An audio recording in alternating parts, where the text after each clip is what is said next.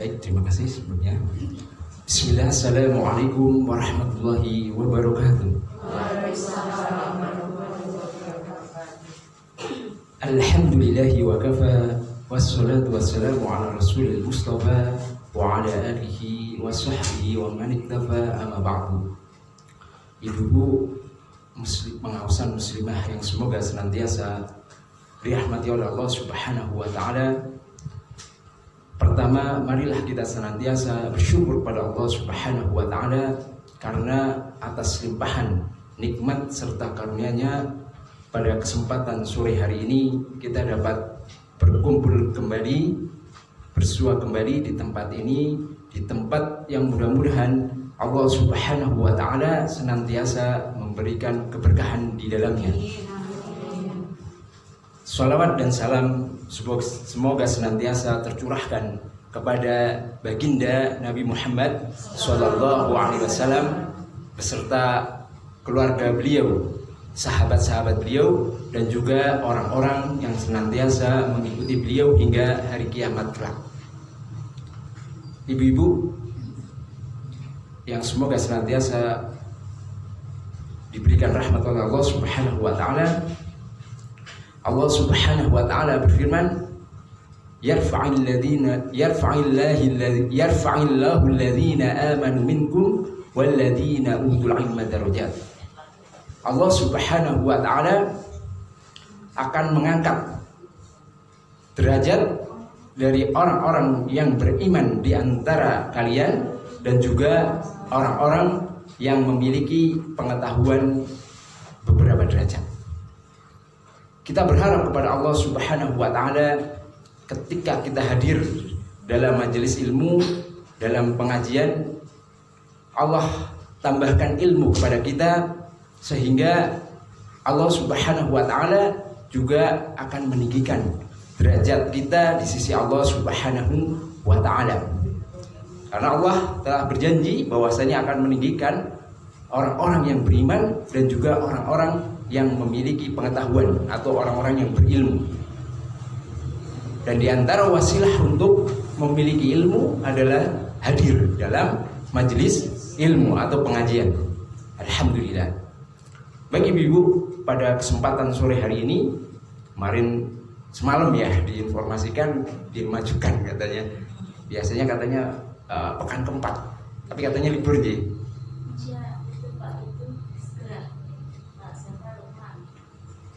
Oh nje. Jadi libur. Libur pasti aku ngajar selatan. Oh iya yang kemarin. Ada selatan. Jadi nje. Kemudian di sini juga semalam, kalau nggak kemarin semalam ya WA-an sama Mas Malik, Abdul Malik, judulnya temanya itu kita akan membahasnya meskipun masih beberapa hari lagi ya. Judulnya, temanya adalah pada kesempatan hari ini, beginilah orang-orang solih ketika menjalani Ramadan ya. Kita tahu bahwasanya ini sudah bulan Sya'ban Ibu, dan bulan depan sudah memasuki bulan Ramadan. Tentunya kita berharap sekali Allah Subhanahu wa ta'ala memberikan kita umur yang panjang, sehingga Allah beri kesempatan kepada kita untuk memasuki bulan Ramadan dan juga bisa menghabiskan waktu di bulan Ramadan ya. Ini tentunya hal ya yang patut kita harapkan ya. Kenapa? Karena di bulan Ramadan banyak sekali keutamaannya. Banyak sekali keutamaannya. Akan tetapi terkadang kita lihat realitanya kadang masih banyak ya di antara kita yang tidak ada bedanya, baik di bulan Ramadan maupun di selainnya. Perbedaannya hanya satu atau dua, apa Bu? Meninggalkan makan dan minum tok. Tapi hal lain masih tetap saja tidak ada perubahan, baik dari sisi ibadah maupun dari sisi meninggalkan keburukan.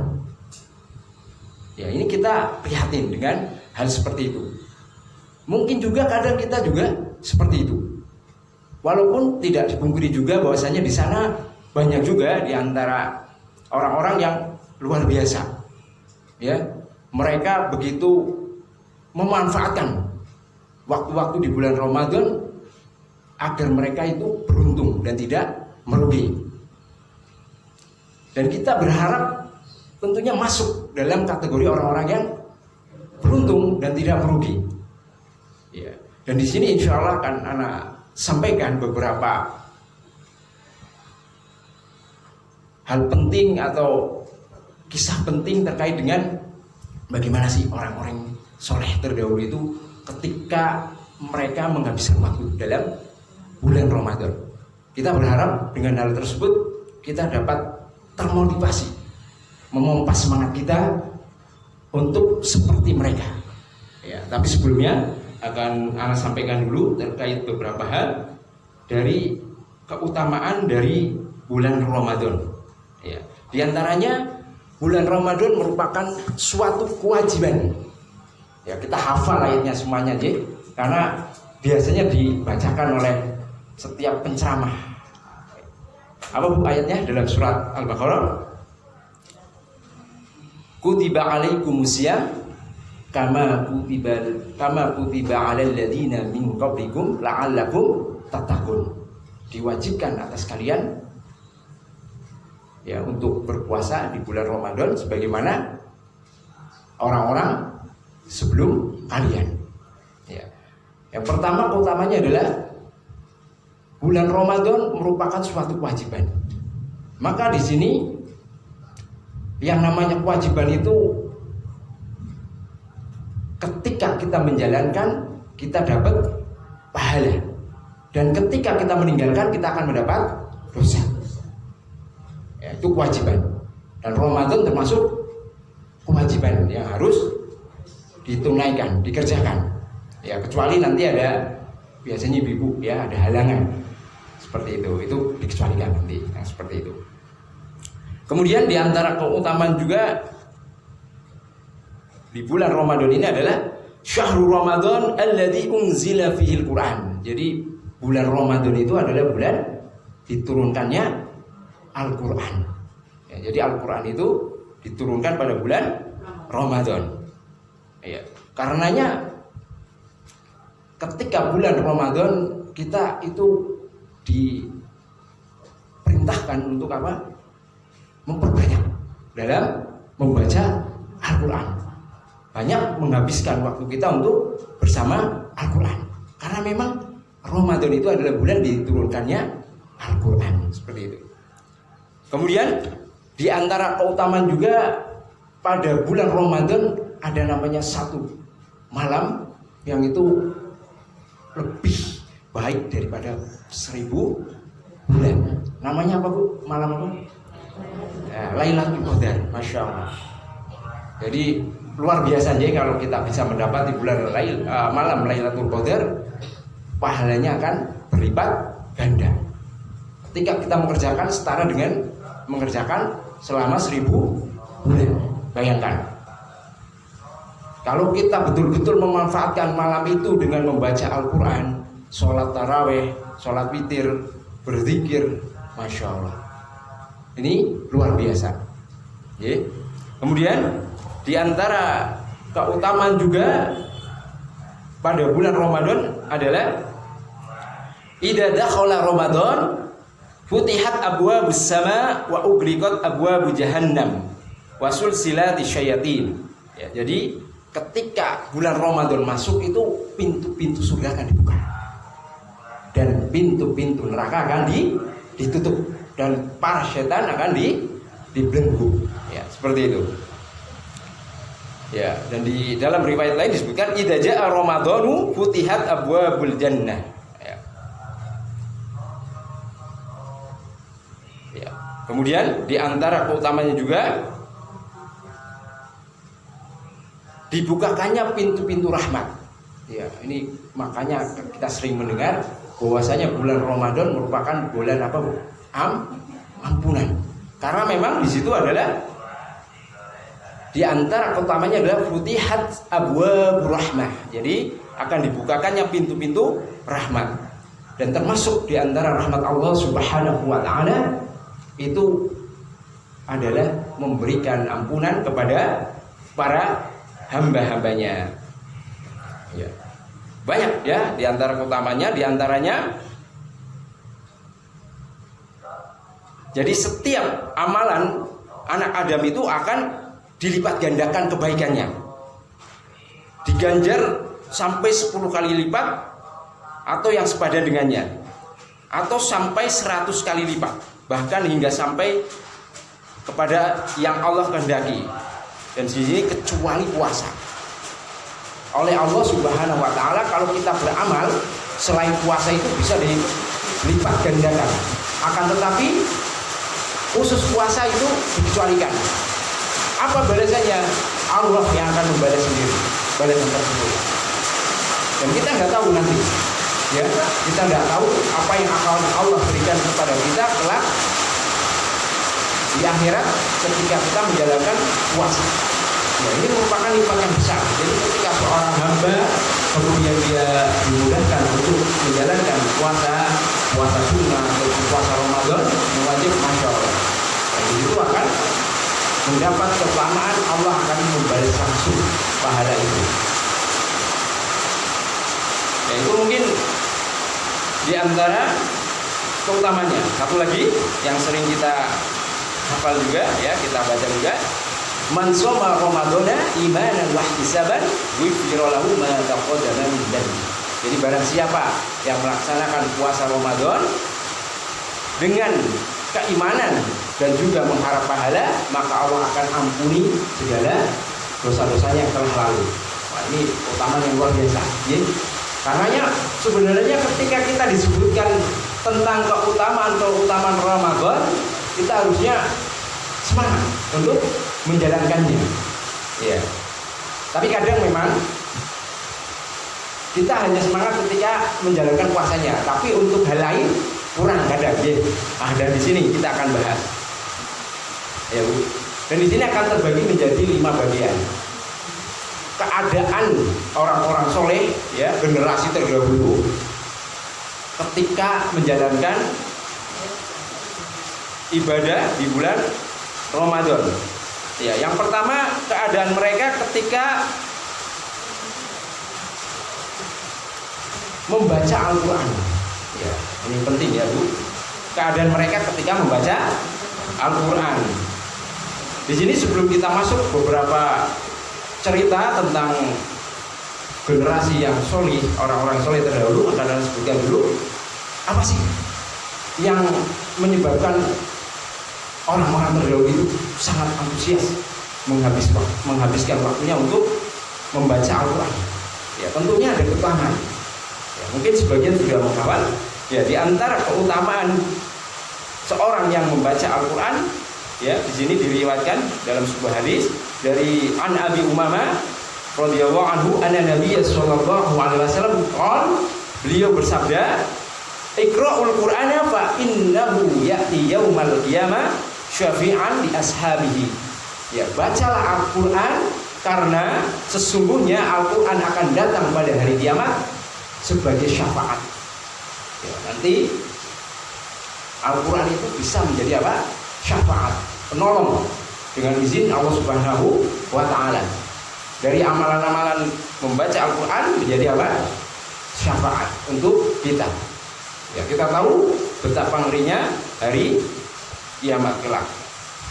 Itu yang pertama. Kemudian di antara keutamaan membaca Al-Qur'an yaitu sebagaimana sabda Nabi sallallahu alaihi wasallam, Iqra'ul Qur'ana, atau maaf,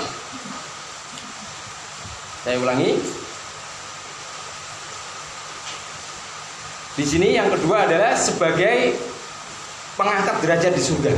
Ya, Rasul sallallahu alaihi wasallam bersabda, yuqalu li sahibil Qur'an iqra warta waratil kama kunta tarotil fid dunya. Ya, Di sini disebutkan bahwasanya dikatakan pada orang-orang yang menjadi penjaga Al-Quran, bacalah dengan tartil sebagaimana engkau dulu sewaktu di dunia membacanya dengan tartil. Disebutkan dalam hadis, karena sesungguhnya kedudukanmu atau tingginya derajatmu di surga adalah tergantung pada akhir ayat yang kau baca. Nah, ini merupakan keutamaan yang luar biasa. Jadi ketika kita membaca Al-Quran, terlebih menghafal, maka akan semakin tinggi derajat kita di mana? Di surganya Allah Subhanahu wa taala. Ya. Disebutkan kalau tidak salah jarak derajat surga dengan surga yang lain. Jadi surga itu bertingkat-tingkat. Kenikmatannya berbeda setiap orang nanti. Itu antara bumi dengan bintang. Itu jauh sekali. Jadi, itu kenikmatannya seperti itu. Jadi berbeda-beda nanti. Kita memiliki kesempatan kehidupan di dunia ini dan tahu ya betapa nikmatnya kelak di surga ya sebagaimana yang digambarkan di dalam Al-Quran, maka semangat untuk mencapai derajat yang tertinggi. Karena apa? Semakin derajatnya tinggi di surga itu kenikmatannya juga semakin luar biasa. Ya bahkan disebutkan nanti di hari kiamat ya, ada orang yang oleh Allah dimasukkan surganya Allah Subhanahu wa taala. Dan orang tersebut itu diberikan oleh Allah ya kenikmatan 10 kali luasnya langit dan bumi. Dan dia orang tersebut itu mengira dia itu orang yang paling nikmat. Tapi ternyata orang tersebut itu orang yang paling rendah kenikmatannya di surganya Allah Subhanahu wa taala. Bayangkan, nikmat terendah saja itu 10 kali lipatnya kerajaan langit dan bumi. Kita lihat, wah Allah, kita kalau lihat ya luas sekali. Itu sudah dikalikan 10. Sampai-sampai orang tersebut mengira dia itu paling nikmat. Ternyata paling rendah. Nah, seperti apa kira-kira yang paling tinggi atau yang di atasnya lagi? Tentunya luar biasa lagi. Iya. Itu. Makanya monggo berlomba-lomba untuk apa? Banyak membaca Al-Quran. Manfaatkan nanti di waktu Ramadan. Ya. Ya, kemudian juga di antara keutamaannya bahwasanya kedua orang tua dari penjaga Al-Quran akan mendapatkan syafaat kemuliaan di akhirat kelak. Ya, ini. Jadi bukan hanya pada orang tersebut, efeknya juga kepada siapa? Orang tua. Nah ini monggo. Jadi yang punya putra putri didik agar gemar membaca Al-Quran. Ya, karena apa? Bukan hanya dia yang mendapat keutamaan, bahkan kita sebagai orang tua kan apa? Dapat keutamaan hal tersebut. Jadi nanti pada hari kiamat dia akan dikenakan mahkota, ya. Jadi orang tuanya itu akan dikenakan mahkota yang cahayanya itu lebih terang daripada cahaya matahari. Masya Allah, jadi itu hadiah terindah tentunya. Ya, kalau anak kita bisa sampai memberikan hadiah tersebut, ya syaratnya apa? Ya, menghafal Al-Quran. Jadikan anak-anak kita sebagai penghafal Al-Quran, orang yang rajin juga membaca Al-Quran, seperti itu. Iya, Masya Allah. Itu diantara keutamaan orang yang membaca Al-Quran. Iya, mungkin itu yang untuk penyemangat, ya. Kemudian, bagaimana sih sebenarnya keadaan orang-orang soleh tersebut ketika di bulan Ramadan bersama Al-Quran? Ya, disebutkan di sini bahwasanya ketika Sufyan Ats-Tsauri memasuki bulan Ramadan, ya, beliau itu meninggalkan seluruh peribadatan sunnah. Kemudian dia fokus hanya membaca Al-Quran. Ya, Sufyan Ats-Tsauri itu ulama besar, ya. Dan beliau itu termasuk levelnya seperti Imam Syafi'i itu. Imam Syafi'i, Imam Malik, ya, Malikiyah itu, kemudian Imam Ahmad bin Hambal, ya beliau itu ketika masuk bulan Ramadan itu cenderung malah terfokuskan pada apa? Al-Quran, dan meninggalkan ibadah-ibadah sunnah lainnya. Walau alam apa yang dimaksud di situ ditinggalkan ibadah-ibadah sunnah lainnya, tetapi intinya beliau sangat sekali apa? Memfokuskan dirinya untuk apa? Bersama Al-Quran. Mungkin karena keutamanya itu. Kemudian juga disebutkan bahwasanya wakana Muhammad, ya Muhammad ibnu Ismail al-Bukhari. Al-Bukhari tahu juga Sahih Bukhari, sering kita mendengar hadis riwayat Bukhari. Nah, itu namanya sebenarnya bukan Bukhari, tapi Muhammad. Ya, Bukhari itu asal daerahnya. Ya, daerahnya itu sekitar mana ya? Kalau sekarang masuk atau dulu juga sampai sekarang masuk wilayah Eropa kalau nggak salah ya, atau bukan Arab, apa wilayah sana ya, mana saya lupa. Kalau itu kalau nggak salah juga mendekati Eropa ya, Eropa sebelah sana. Dia bukan orang Arab, tapi masya Allah ya, tetap mendapat keutamaan yang luar biasa dari Allah sehingga sampai sekarang nama beliau harum, sering disebut ya hadis riwayat Bukhari. Ya, beliau ketika memasuki bulan Ramadan itu menghatamkan setiap siangnya sekali. Jadi khatam setiap hari itu Imam Bukhari di waktu siang itu khatam sekali. Bayangkan 30 juz oleh Imam Bukhari hanya satu siang selesai. Masya Allah, ya luar biasa. Kita sanggup nggak begini? Kita kalau membaca itu mungkin walau alam bisa, tapi ya itu semuanya udah selesai gitu ya. Itu. Dan ketika beliau taraweh, ya sholat taraweh itu setiap 3 hari dia menghatamkan 1 kali.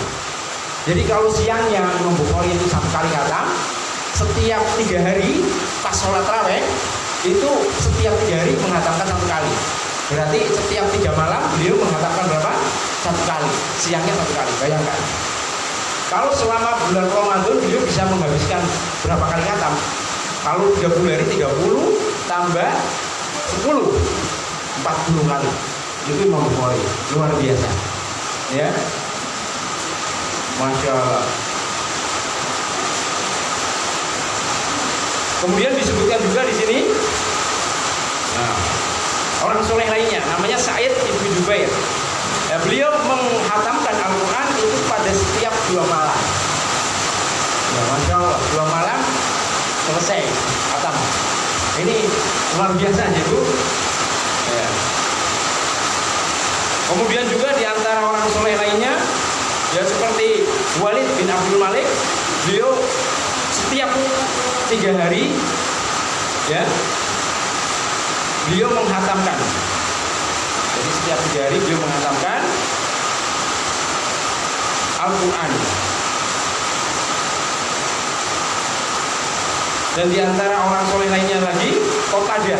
Ya, Qatadah, kalau tidak salah Qatadah di sini maksudnya adalah Imam ahli tafsir. Ya, beliau ketika bulan Ramadan beliau itu menghatamkan setiap 7 malam itu 1 kali. Ya, lumayan itu 7 kali ya. Setiap 7 malam satu kali. Itu di hari biasa, maaf, ini bukan di bulan Ramadan ya disebutkan di sini. Jadi beliau itu Qatadah kalau hari-hari biasa ini setiap 7 hari menghatamkan 1 kali. Tapi ketika masuk bulan Ramadan, idza jaa Ramadan, beliau itu setiap 3 hari sekali menghatamkan. Tapi ketika memasuki bulan memasuki 10 hari terakhir bulan Ramadan, beliau setiap harinya 1 kali. Ya. Jadi kalau Ramadan ke-1 sampai dengan ke-20 setiap 3 hari 1 kali khatam. Tapi ketika memasuki 10 hari terakhir bulan Ramadan, setiap harinya beliau khatam satu kali. Masya Allah, luar biasa. Ya. Ini juga dikisahkan oleh Robi bin Sulaiman. Robi bin Sulaiman itu muridnya Imam Syafi'i. Ya, kita sering ya mendengar namanya beliau Imam Syafi'i, dan mazhab beliau dipakai di Indonesia, di Malaysia, kemudian di Mesir. Mazhab Syafi'i kita memakainya ya di Indonesia. beliau muridnya menceritakan karena Syafi'i ya bahwasanya Syafi'i itu menghatamkan Al-Qur'an pada bulan Ramadan itu 60 kali. Sitina khatmah. 60 kali, bayangkan. Artinya seharinya bisa 2 kali khatam. Ini luar biasa Imam Syafi'i ya. Ini muridnya yang cerita. Iya. Masya Allah. Luar biasa. Jadi setiap malam beliau bisa mampu 2 kali khatam. Masya Allah. Saya kadang kalau membaca seperti ini membayangkan betapa kuatnya iman mereka, betapa luar biasanya harapan mereka. Ya. Malu kadang. Malunya apa, Bu? Wong kita ya Allah belum tentu ya. Selama 30 hari Ramadan kita selesai sekali aja kapan gitu. Kita itu belum kadang ya. Nah itu, Masya Allah. Ya, kira-kira apa faktornya, Bu? Faktornya apa ini kira-kira? Kita kadang nggak mampu, bahkan sekali aja sekhatam selama 30 hari. Sementara apa? Bulan Ramadan, bulan diturunannya Al-Quran ini.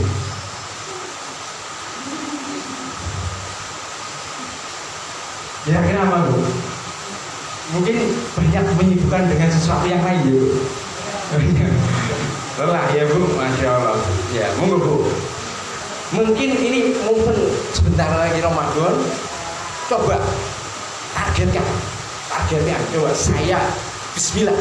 Ya Allah tolong saya, semoga saya bisa khatam 1 kali saja. Ya, Ramadan. Ini kan luar biasa ya. Kalau kita bisa khatam sekali saja dalam Ramadan ini. Kira-kira siap, Bu? Insya Allah untuk betul-betul berniat menghatamkan Al-Quran sekali saja. Ya. Wah itu para imam Masya Allah bisa sehari khatam sekali kan, Masya Allah ya. Ini luar biasanya mereka. Ya. Nah, itu keadaan mereka dengan apa? Al-Quran. Kemudian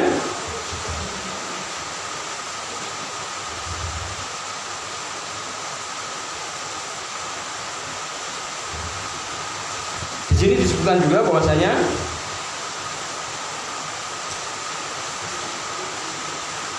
Waqi' bin Jarrah itu gurunya Imam Syafi'i. Ya, beliau itu ketika di bulan Ramadan membaca Al-Quran itu menghatamkan 1/3 dan sholat duha 2 rakaat. Maksudnya apa? Maksudnya beliau itu mampu membaca ketika sholat duha ini 12 rakaat.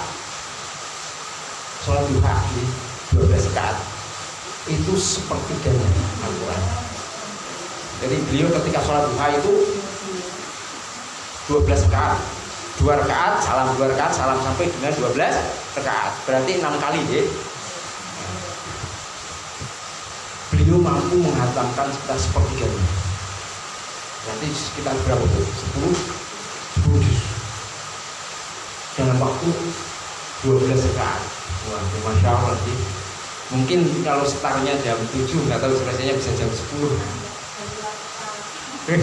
Iya, jadi memang kalau ulama-ulama zaman dulu, Bu, itu luar biasa hafalannya, jadi Al-Quran itu sudah di luar kepala, udah makanannya setiap hari istilahnya. Nah, mereka itu hafal sekali, karenanya cepat ya dalam membaca Al-Qurannya, Masya Allah. Iya. Baik, kemudian keadaan kedua ini ada 5, baru 1 lagi, Bu. Nah, mudah-mudahan selesai ya, Bu. Saya singkat saja. Kedua, keadaan orang-orang soleh ketika sholat malamnya. Nah, kalau tadi keadaan dalam membaca Al-Quran, sekarang dalam sholat malamnya. Ya.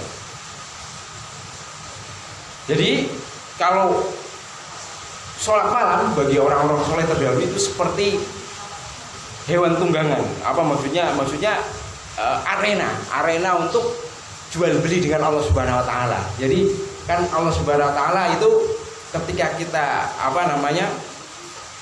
beramal soleh, ya, kemudian melakukan ibadah-ibadah itu seperti seolah-olah melakukan apa, jual beli, kita akan diganti oleh Allah dengan keuntungan yang besar sekali.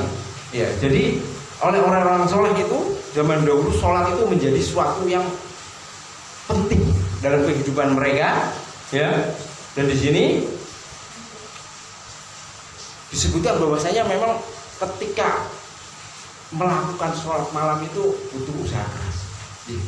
Tidak setiap orang itu mampu melaksanakan rutin setiap malam. Biasanya sih kalau umumnya kita itu ya ketika Ramadan itu sholat apa? Tarawih. Ya. Tarawih, jadi kita semangat sekali karena memang banyak temennya, ya. Dan itu masya Allah. Tapi beda kalau sendiri biasanya agak-agak kalah dengan ngantuk. Ya, sholat tahajudnya agak aras-arasan biasanya seperti itu. Ya. Tapi berbeda Bu dengan keadaan salaf terdahulu. Ya. Di sini disebutkan ya bahwasanya Abu Utsman An-Nahdi, beliau pernah bertamu ke rumahnya Abu Hurairah. Abu Hurairah itu sahabatnya Nabi Shallallahu Alaihi Wasallam. Ya, beliau itu Abu Hurairah itu membagi malamnya menjadi 3 bagian. Ya, pertama, sepertiga pertama, ya, untuknya. Kemudian sepertiga berikutnya untuk istrinya dan sepertiga ketiga untuk pembantunya. Ya. Jadi beliau itu dalam satu malam itu membagi waktunya untuk dirinya sendiri, kemudian membagi dengan istrinya. Beliau mengimami istrinya sholat malam. Setelah itu beliau juga mengimami pembantunya. Bayangkan, pembantunya sampai diperhatikan sejauh itu. Gak hanya dikasih apa? Upah, tapi dikasih apa? Imam, dikasih kesempatan untuk mengikuti beliau dalam apa? Beribadah. Bayangkan, artinya masya Allah, dalam semalam beliau tidurnya berapa jam gitu? Ya, udah dibagi 3 waktu untuk dirinya sendiri, untuk istrinya dan juga untuk pembantunya. Wah. Pernah Bu, kalau kita punya pembantu ngajak ibadah sholat malam, mungkin jarang ya kalau di Indonesia. Sendiri-sendiri, nggak ada yang isinya sampai sejauh itu memperhatikan. Ya mungkin hanya menyuruh yuk sholat, ngeten ya, seperti itu, ibadah gitu paling, tanpa harus dibimbing. Ya berbeda Abu Hurairah, masya Allah, beliau juga mengajak betul-betul, bukan hanya menyuruh. Ya itu Abu Hurairah. Kemudian disebutkan juga Syaddad bin Aus. Ya, Syaddad bin Aus termasuk ulama. Beliau ketika mendatangi tempat tidurnya, beliau seakan-akan itu berbaring di atas duri. Bayangkan. Jadi sama beliau itu ketika tidur seolah-olah tidur di atas duri. Beliau mengatakan, ya Allah, sesungguhnya neraka jahanam tidak bisa membuatku tidur nyenyak. Kemudian beliau bangun dan mengerjakan sholat. Jadi mungkin ketika tidur beliau itu bayangannya apa? Siksa neraka mungkin. Panasnya api neraka. Ya. Sehingga tidurnya jadi apa? Gak nyaman, seperti tertusuk-tusuk duri. Akhirnya beliau sholat malam. Nah, itu. Kita pernah enggak memikirkan akan hal itu? Tidur memikirkan neraka gitu ya. Sehingga kemudian kita ambil air wudhu, lalu apa? Sholat malam. Ya. Mungkin ada aja yang pernah, mudah-mudahan aja, atau malah semuanya ya. Masya Allah, alhamdulillah. Nah, gitu Bu.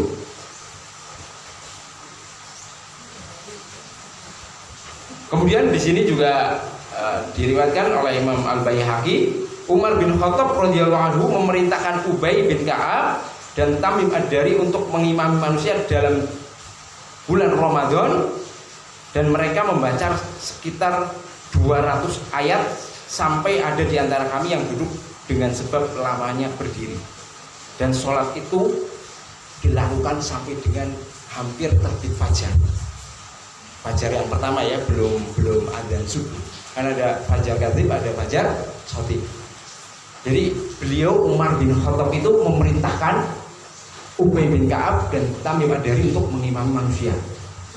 Dan ketika mengimami itu sepertinya sepanjang malam, ya, sehingga sampai mendekati apa?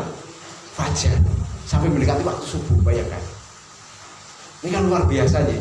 Mereka semangatnya para sahabat radhiyallahu anhu, ya, betul-betul menghidupkan apa? Bulan Ramadannya. Sampai-sampai ya sama deh, sahabat juga ada yang manusia biasa yang mungkin keimanannya di bawah sahabat yang lain, ada yang capek, jadi duduk istirahat, ya di situ. Ada seperti itu ya. Seperti kita kan juga seperti itu. Mungkin kalau diadakan taraweh, ya sampai 3 jam 4 jam juga ada yang kuat 4 jam, tapi ada juga yang tidak capek, tidak kuat sampai selama itu. Terkadang disambi istirahat seperti itu. Sama dahulu juga seperti itu, ya. Tapi ini sekedar untuk apa? Penyemangat. Artinya apa? Mereka begitu antusias ketika apa? Menghidupkan bulan Ramadan. Ya. Kemudian dari Malik bin Abdullah bin Abi Bakar rahimahullah, beliau berkata, aku mendengar ayahku berkata, kami mengerjakan sholat pada bulan Ramadan dan tidaklah kami menyelesaikan sholat tersebut melainkan pelayan terburu-buru menyediakan makanan karena khawatir masuknya waktu fajar. Berarti semalam itu Masya Allah hanya untuk apa? Sholat. Sampai pelayannya itu buru-buru. Biar apa? Enggak keburu adzan. Karena memang sahur juga termasuk apa? Sunnah dari Nabi Shallallahu Alaihi Wasallam. Karena dalam sahur itu terdapat apa? Keberkahan. Kita diperintahkan untuk bersahur di situ. Masya Allah. Iya. Kemudian dari Dawud bin Ali Husain, dari Abdurrahman bin Hurmus rahimahullah, beliau berkata, kami membaca Al-Baqarah dalam 8 rakaat. Ya, apabila kami membacanya dalam 12 rakaat, maka hal ini dipandang ringan oleh manusia. Bayangkan. Al-Baqarah berapa juz, Bu? 3 juz. Ya, Al-Baqarah itu ada 3 juz. Dan mereka itu menghabiskan dalam waktu berapa? 8 rakaat. Kalau sampai 3 juz itu dibaca 12 rakaat, itu dianggap ringan. Bayangkan. Jadi mereka, ya Allah, malu kita kalau mendengar kisah-kisah mereka. Sholat malam 8 rakaat sampai 3 juz. Hanya 8 rakaat. Iya. Kalau di sini berapa rakaat sholat tarawihnya? 21, 20 atau 11? 11 sama witir ya. 8 rakaat plus 11. Nah ini para ya sahabat tadi 8 rakaat bisa menghabiskan 3 juz. Wah, ini luar biasa. Jadi sholat malamnya mereka Masya Allah luar biasa sekali ya. Nah itu Masya Allah. Ini banyak sekali ya Bu kisahnya, kemudian keutamanya, tapi kalau disebutkan nggak selesai ya. Nanti ya saya singkat-singkat saja. Itu mereka dalam sholat malamnya. Kemudian yang ketiga, keadaan mereka dalam kedermawanan. Nah ini kalau bulan Ramadan itu intinya apa Bu? Rajin membaca Al-Quran, rajin sholat malam. Ketiga ini disebutkan rajin sedekah. Karena Rasul Shallallahu Alaihi Wasallam juga demikian. Jadi beliau itu merupakan orang yang paling derma. Dan beliau itu ketika memasuki bulan Ramadan itu kedermawanannya itu melebihi di hari-hari lainnya. Itu Rasulullah seperti itu. Nah kita sebagai umatnya harus menyontoh beliau. Kalau saat ini ibu-ibu sekalian, wah dermawan. Nanti bulan Ramadan harus lebih. Ya harus lebih. Ya kalau hari ini hari-hari biasa nyumbangnya per bulan 1 juta, nanti 10 juta mungkin. Masya Allah. Amin. Ya seperti itu. Nah Rasulullah seperti itu. Jadi apa? Meningkatkan apa kedermawanannya. Ya, tentunya untuk membantu orang-orang fakir miskin. Iya. Masya Allah. Dan di sini ya, ketika kita memiliki sikap dermawan juga luar biasa gitu. Terlebih mungkin kita kadang menyediakan takjil istilahnya jadi berbuka. Nah, orang kalau bisa ya membantu orang-orang untuk berbuka, mengasih makan orang-orang yang berbuka puasa itu akan banyak sekali utamanya. Ya, dan diantaranya di sini disebutkan man fatara sha'iman kana lahu mislu ajrihi ghairu annahu la yanqusu min ajri sha'imi syai'an. Jadi siapa saja ya yang memberi makan orang-orang yang berpuasa, maka baginya pahala seperti orang yang berpuasa tersebut tanpa mengurangi pahala orang yang berpuasa itu. Bayangkan, kalau kita puasa, kemudian kita juga memberikan makan orang yang berpuasa. Bayangkan, kita dapat puasa, pahala puasa kita sendiri, dan kita juga dapat pahala puasanya orang yang kita kasih makan itu. Ini kan luar biasa. Padahal pahala puasa tadi disebutkan bahwasanya Allah yang langsung membalasnya. Nah, ini kan masya Allah, Ibu. Monggo. Ya, kemudian juga ya di sini disebutkan di antara keutamaan orang yang memberi makan orang yang berbuka puasa, bahwasanya nanti di surga itu ada kamar-kamar. Di surga ada kamar-kamar yang mana bagian luarnya itu terlihat dari bagian dalam, dan bagian dalamnya terlihat dari bagian luarnya. Kemudian orang Badui berdiri sambil berkata kepada Rasulullah, bertanya, bagi siapa kamar-kamar itu diperuntukkan wahai Rasulullah? Jadi ada kamar-kamar, bagian dalam bisa dilihat bagian luarnya. Kemudian dari bagian luarnya dapat dilihat bagian dalamnya. Nah, dan di sini disebutkan untuk siapa? Untuk orang-orang yang berkata benar. Ya, kemudian yang memberi makan, kemudian yang senantiasa berpuasa dan sholat pada malam hari di waktu manusia pada tidur. Ini kan nikmat luar biasa aja. Jadi kalau kita bisa jujur berkata benar, kemudian kita bisa juga memberi makan. Nah, ini memberi makan pada orang yang berpuasa. Kemudian kita juga rajin berpuasa, senantiasa berpuasa, terutama di bulan Ramadan. Kemudian kita juga mengerjakan sholat malam, maka kelak mudah-mudahan dikasih kenikmatan itu, dikasih kamar-kamar yang bisa tembus pandang istilahnya, ya, bisa tembus pandang, masya Allah, ya.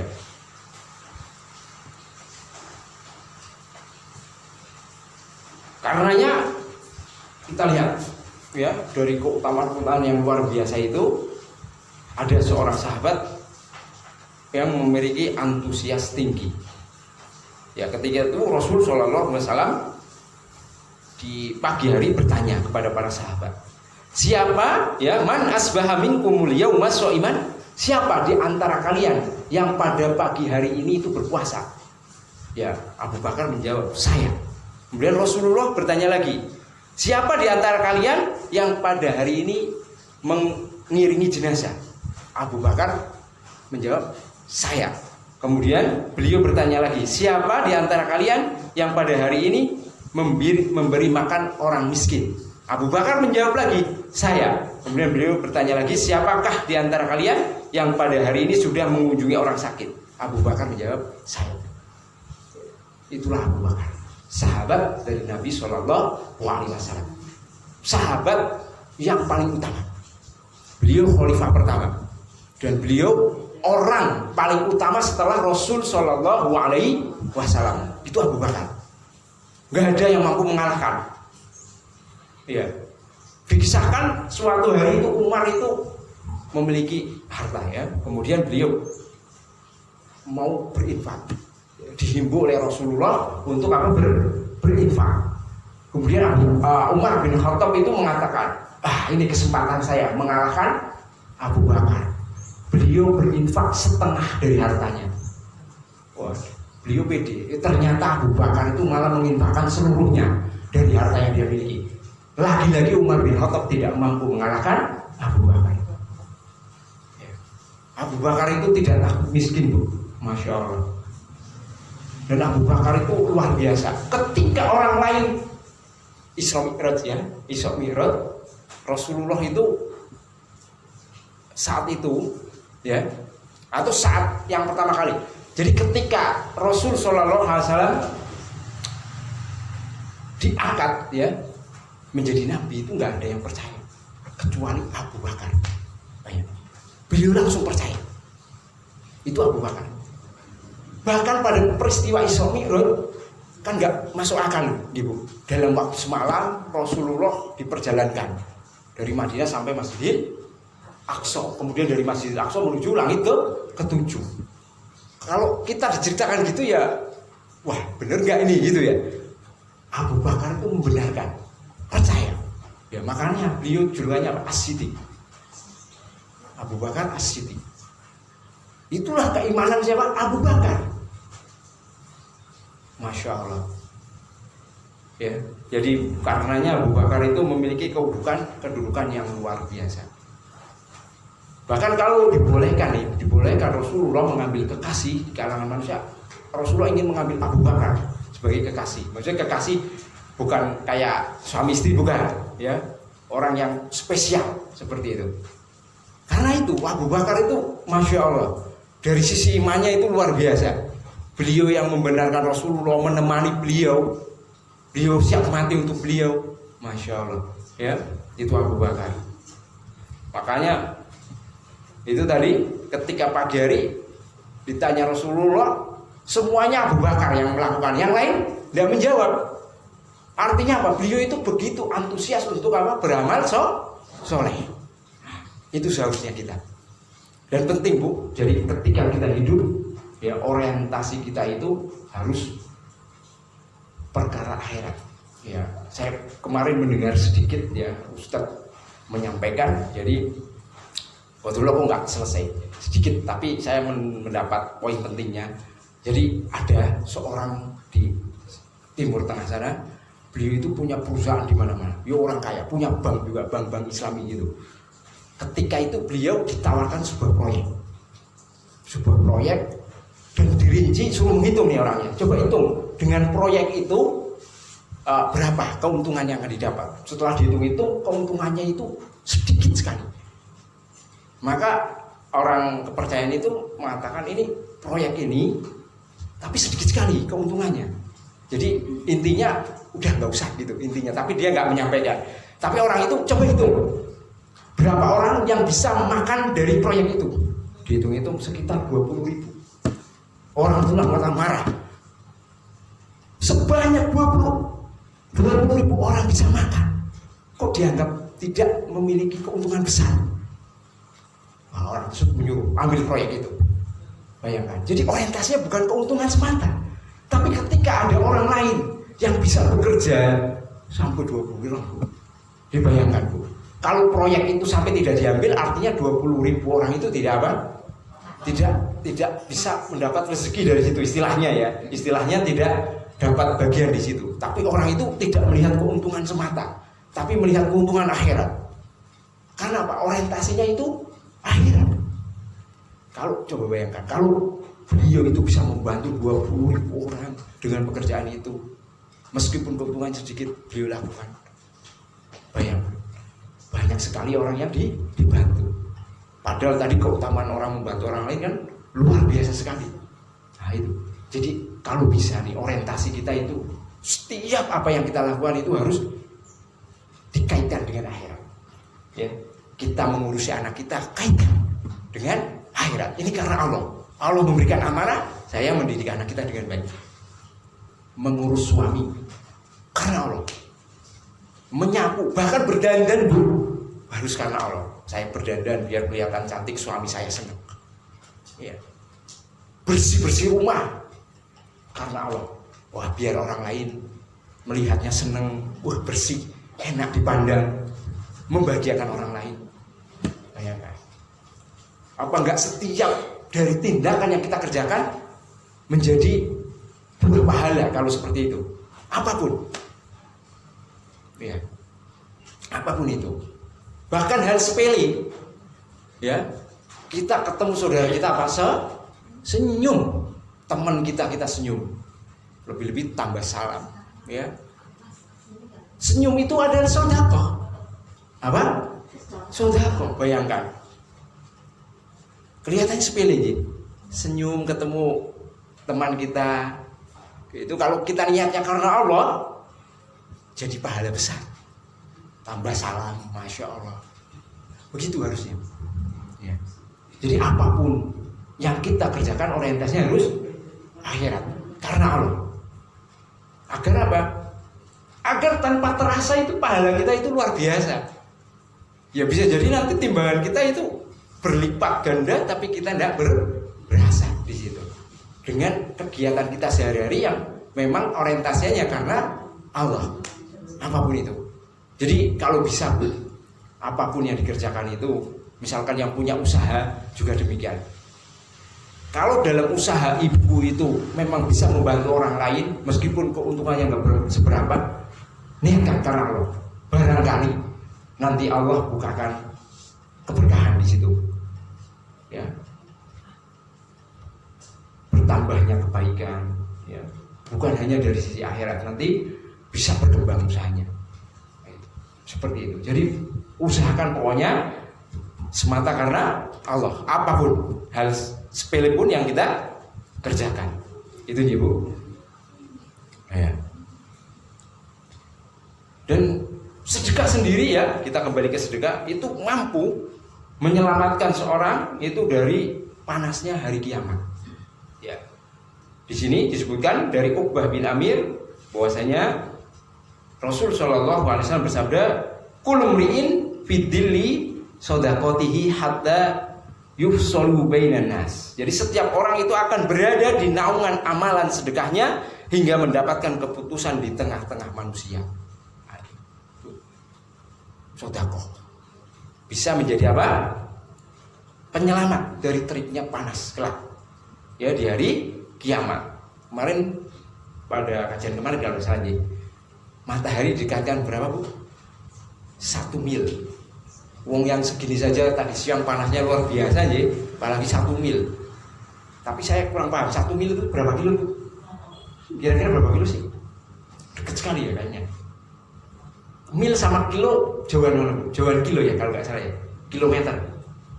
Saya kok lupa mau mencari informasi itu. Kalau nggak salah jauhan kilometer.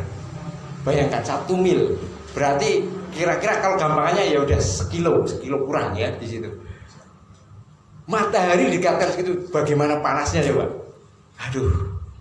Nah ini, kalau kita gemar bersedekah bisa apa? Menjadi penghalang dari panasnya itu. Ya. Kemudian juga di antara keutamaan sedekah itu, inna shadaqata la tudfi'u ghadaba rabbi wa tadfa'u mitatasu. Ya, sedekah itu dapat memadamkan murkanya Allah. Ya, kemudian sedekah juga dapat mencegah keadaan seorang mati dalam keadaan jelek. Itu sedekah. Ya. Dulu ada sebuah kisah. Ya, anak mungkin pernah berkisah juga. Jadi seorang pezina yang dia melihat anjing kehausan. Ya. Kemudian dia mengambilkan apa? Air dengan sepatunya itu. Kemudian anjing itu dikasih minum. Dengan sebab itu, ya itu sedekah air ya, Allah kasih ampunan, dimasukkan surga. Ya sebaliknya, ada orang yang menahan kucing, dikurung kucingnya itu, dia perempuan itu masuk neraka dengan sebab kucing itu.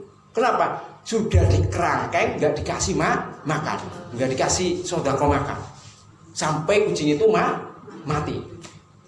Nah itu kebalikannya. Ya. Padahal kalau dia lepas, kucing itu mampu makan makanan apa, mencari sendiri, dia mungkin akan diselamatkan oleh Allah dari api neraka. Tapi dia itu tetap ngerangkai, ngurungin. Ya ini, ya, kalau punya hewan ternak itu Bu, harus kasih makan. Nah, ini penting juga Bu. Punya kucing, punya burung, niatkan apa Bu? Sedekah. Pahalanya gede, coba. Kita setiap hari makan kucing atau burung yang kita punya ya. Biasanya si burung bapak-bapak aja, kucing mungkin ya, kucing atau ayam. Kita niatkan sedekah, coba. Sehari itu udah luar biasa kita bersedekah itu ke hewan. Dan sedekah kepada hewan pun keutamanya luar biasa. Dicatat tetap di sisi Allah. Ya. Nah itu, monggo. Jadi jangan hanya sekedar menggugurkan kewajiban, kasihan atau apa gitu. Tapi tetap harus orientasinya apa? Karena Allah, sedekah. Karena dengan itu Allah akan memberikan pahala lebih. Ya, seperti itu. Jangan sampai juga nih, naudzubillah kayak orang tadi.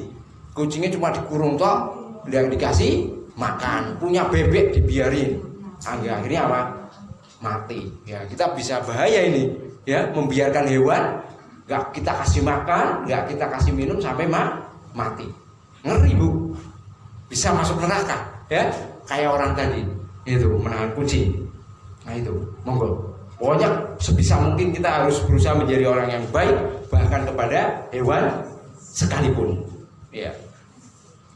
Ya, kemudian di antara keutamaan sedekah juga adalah wasodaqatu tutfi'ul khati'ah kama yutfi'ul ma'nar. Jadi sedekah itu seperti sedekah itu akan memadamkan dosa sebagaimana air memadamkan api.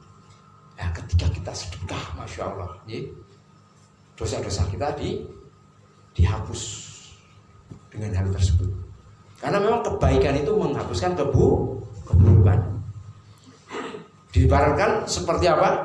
Seperti air ketika memadamkan api. Ya, kalau kita ada api, kita siramkan mati apinya. Itu sedekah. Bayangkan. Monggo, nanti bulan Ramadan lebih gemar untuk sedekah, untuk lebih derma. Ya. Sebagaimana Abu Bakar yang betul-betul masya Allah luar biasa, ya. Nah itu diantara keutamaan sedekah, masya Allah. Ya di sini ada kisah juga Ibnu Umar itu putranya Umar bin Khattab, namanya Abdullah.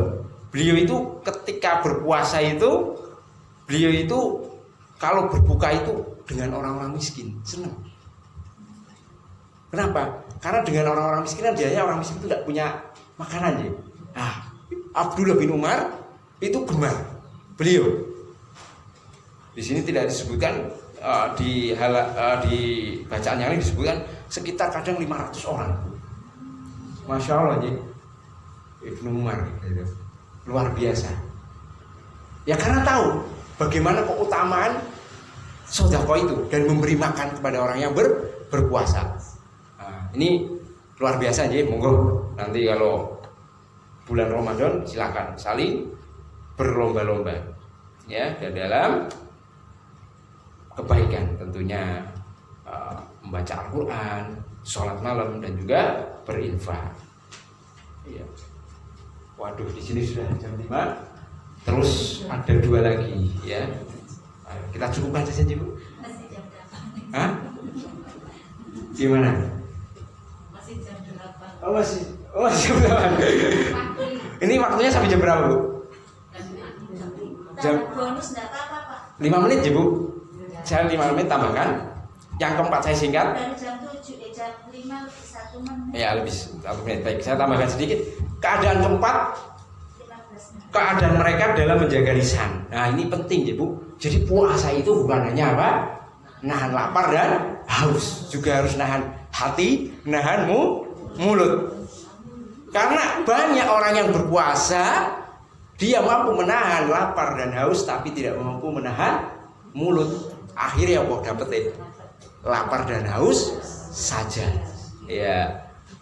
Nah, di sini disebutkan dalam sebuah hadis, malam yada qaula zur wa amal bi falaysa lillahi hajatan fi an yada'a ta'amahu wa syarabahu. Siapa saja yang tidak mampu meninggalkan ucapan yang buruk dan tetap saja melakukan amalan tersebut, maka Allah tidak memerlukan dia ketika dia meninggalkan makanan dan minumannya. Maksudnya apa? Tidak butuh puasanya. Meskipun dia menahan lapar dan haus, tapi dia tidak bisa menjaga lisannya, masih gibai orang, ngomongin orang, ya, masih saja berdusta, masih saja adu domba, kata Allah apa? Allah tidak butuh puasanya orang tersebut. Jadi puasa itu pada hakikatnya bukan hanya menahan lapar dan haus, tapi juga harus menahan hati, ya, dari pikiran kotor, dan juga menahan mulut dari berbicara kotor. Ya. Karena kalau kita nggak bisa menahan hal tersebut, ya pahala kita habis nanti. Ya. Seperti itu. Kalau kita tidak mampu menahan omongan-omongan yang buruk, waduh, sia-sia, nanti sudah capek menahan lapar haus, kok nggak dapat pahala. Ya, seperti itu. Kemudian disebutkan juga oleh Rasul Shallallahu Alaihi Wasallam, apabila salah seorang di antara kalian berpuasa, maka janganlah mengucapkan kalimat buruk dan jangan melakukan kekejian.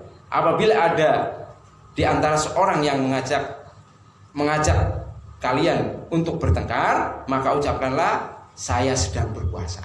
Nah ini kadang mungkin kalau sudah orang tua ya tidak ada, mungkin yang masih muda-muda itu ada masalah sedikit marah, ini berantem, ini jangan diladeni yang seperti itu. Katakan saya sedang berpuasa, seperti itu petunjuk Rasul, ya. Nah itu Bu. Kemudian yang kelima, yang terakhir, keadaan mereka dalam menjaga waktu. Nah ini penting, waktu. Nah kemarin sudah disampaikan sebenarnya tentang umur. Nah ini juga kelima, keadaan mereka dalam menjaga waktu. Allah Subhanahu Wa Taala ya berfirman dalam surat Al-Asr, wal 'asr innal insana lafi khusr illal ladzina amanu wa 'amilus sholihat wa tawassaw bil haqqi wa tawassaw bis sabri.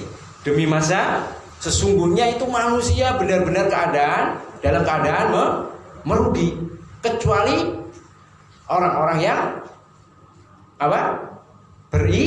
beriman, kecuali orang-orang yang beramal soleh, kecuali orang-orang yang saling menasihati dalam kebenaran, dan juga kecuali orang-orang yang saling menasihati dalam kesabaran.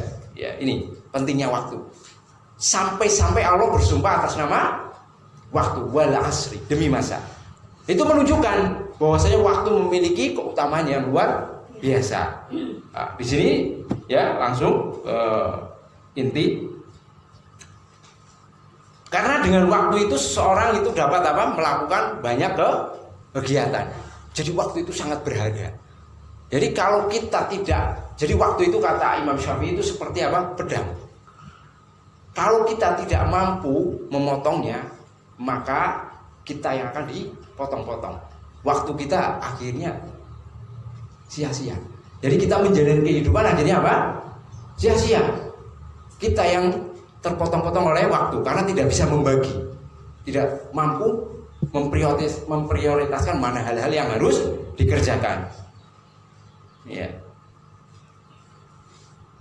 Itu Bu. Dan di sini disebutkan juga oleh Imam Hasan Al-Basri bahwasanya waktu itu terbagi menjadi 3, atau dunia itu terbagi menjadi 3. Kemarin, ya, waktu kemarin. Jadi waktu itu dunia itu terbagi menjadi 3. Waktu kemarin, dan itu sudah hilang dari diri kita. Ya, kita nggak bisa kembali ke hari kemarin kan? Sudah kita lalui. Kedua, ya, hari esok. Besok, kita tahu besok kita masih hidup? Tidak tahu. Belum tentu. Artinya kalau kita berangan-angan, besok saja saya beramal, lah qadarullah malamnya meninggal gimana? Nah, nggak jadi beramal. Besok saja saya mau berpuasanya, besok saja mau sedekahnya, qadarullah malamnya meninggal.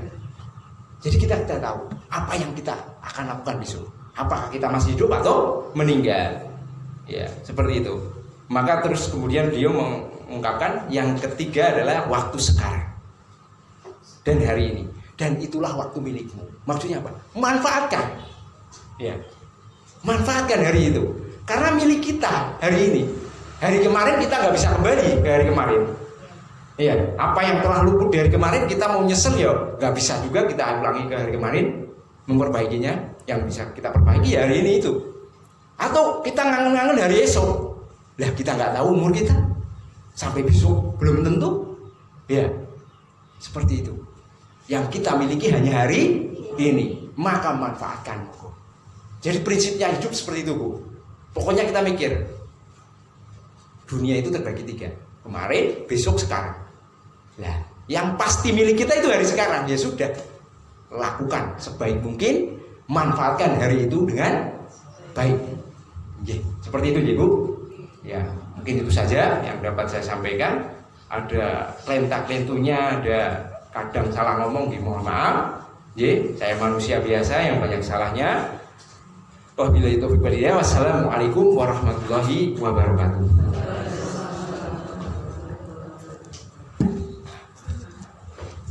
Ini ada on off-nya? Udah ada, Nggih.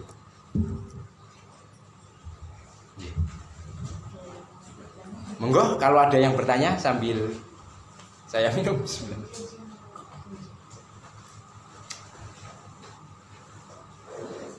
Monggo Bu, manfaatkan Ramadan, kita berharap semoga ini bukan angan-angan semata, tetap hari ini harus sebaik mungkin, dan kita berharap Allah kasih kesempatan di Ramadan. Karena Masya Allah Ramadan itu rugi kalau kita tidak bisa mendapati bulan Ramadan, itu rasanya kok rugi sekali.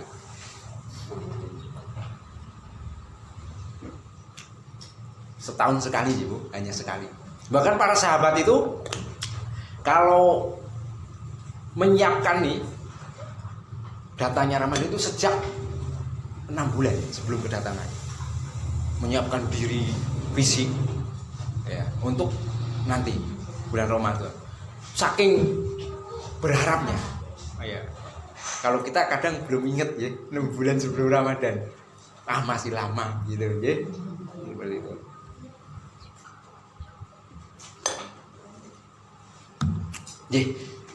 Kalau tidak ada yang bertanya mungkin sekian, Bu. Saya kembalikan waktunya ke jenengan, monggo. Sama-sama.